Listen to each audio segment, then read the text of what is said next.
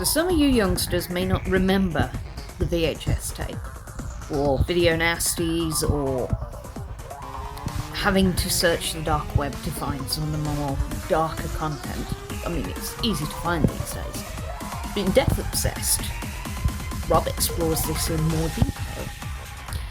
So, our main character has everything that he could ask for. Calvin seems to have his life together, but he has this bit of an obsession with a videotape in particular that has all the scenes of death he could possibly wish for.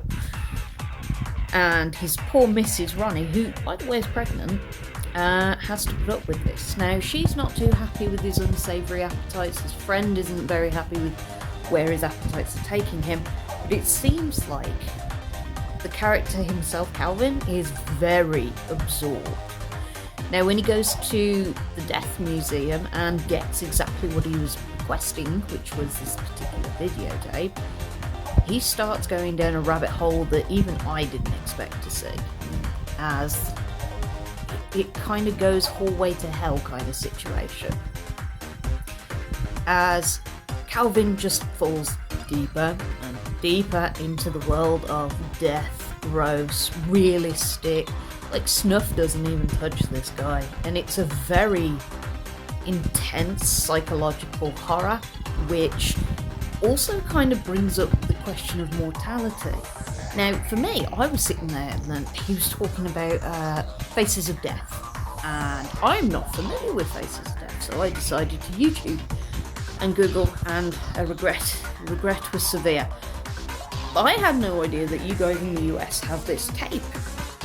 It gets shown to you during learner's ed, like you guys have driving ed as like a compulsory thing in your like over there, whereas it's different for us in the UK.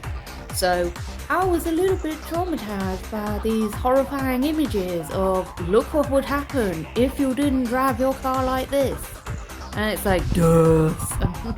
And honestly, it was quite an enlightening eye-opener.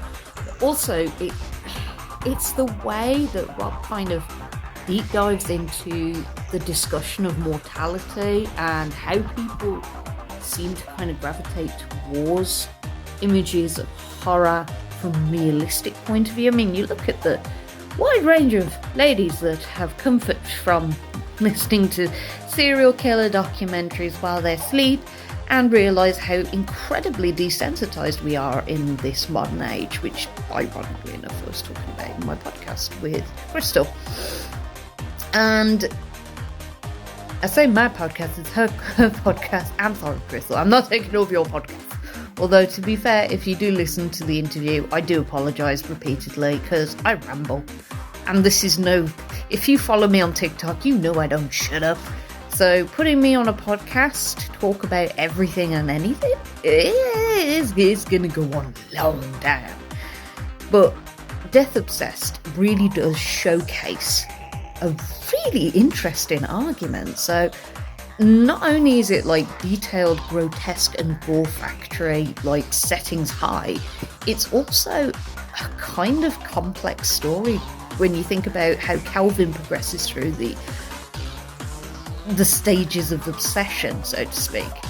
It's definitely a thought-provoking read, and Rob does an amazing job at outlining all the stages of obsession and how it can literally take you into a deep dive into something that you...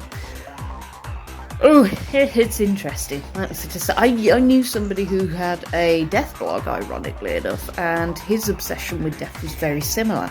So it's kind of interesting to see how certain people react to death and kind of take the day-to-day death in various different scopes. Some people will go, oh God, I don't want to see somebody being decapitated in real life. And some people will go, that's quite an interesting thing. I'd like to research more, find out what happened. What kind of operation was needed for this person to be decapitated? What kind of... This is horror, people. We think of things in a very different and complex manner.